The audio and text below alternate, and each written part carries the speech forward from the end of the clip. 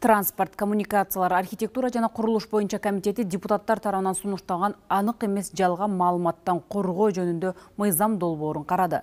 Депутаттар сунушталган өзгөртүүлөрдү колдоого алышты, бирок адилеттүү суроолор дагы жаралды.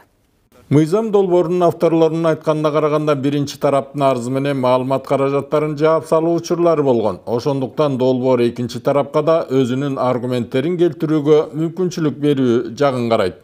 Biz азыркы өзгөртүү сунуштап атканыбыз адамды атууга кетирип атсаң дагы акыркы сөз берет. Сен акыркы сөзүң айтып кал деп.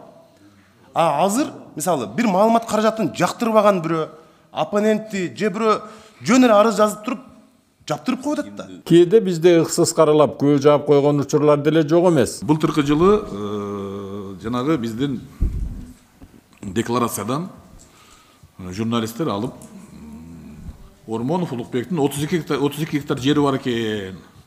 Өзгөн шаарында тактап бериңиздер деп жазышты. Ал жерде 32 сотук жер. Ошону туура эмес окуп 32 гектар деп берип атышат. Эми ушу туура эмес окуганын мен жүрүп алып чуркап далилдешим керек экен да. Сен туура эмес окудуң. Эгерде кимдир бирөөнү каралоо болсо азыр туура эмес маалыматтарды тараткан болсо, ал сот алдында жооп берет. Биз болгону ушу алдындагы чакырып оюн угуп койгула деп атабыз. Ал далилдеп чуркайт, ал арыз жазып койсо жетиштүү. Арыз эсиники. Ал чуркап далилдеп жүрбөйт. Барат, ушуну далилдеп коет, анан мындай ошондой болуш керек деген ойдобуз да биз. Болбосо моундай мыйзамдар менен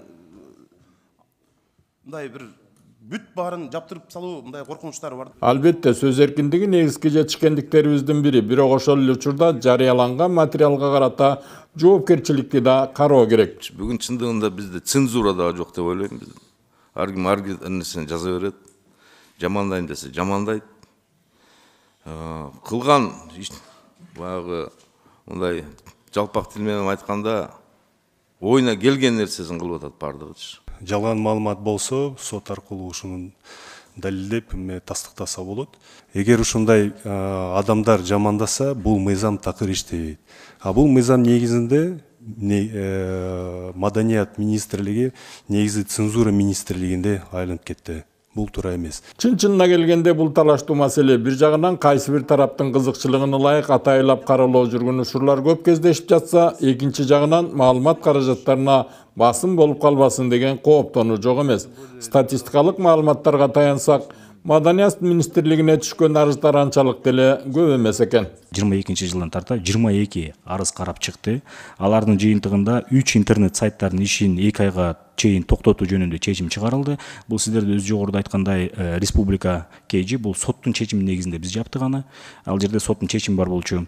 24 KG боюнча да сөз болду. 24 KG бир күнгө жапканга туура келген. Анткени ал арыз ээси тууралуу экөө кайрадан сүйлөшүп, алар жанагы опровержение төгүндөгөн үчүн кайра биз ал эмени чечимди артка кайтарып алдык.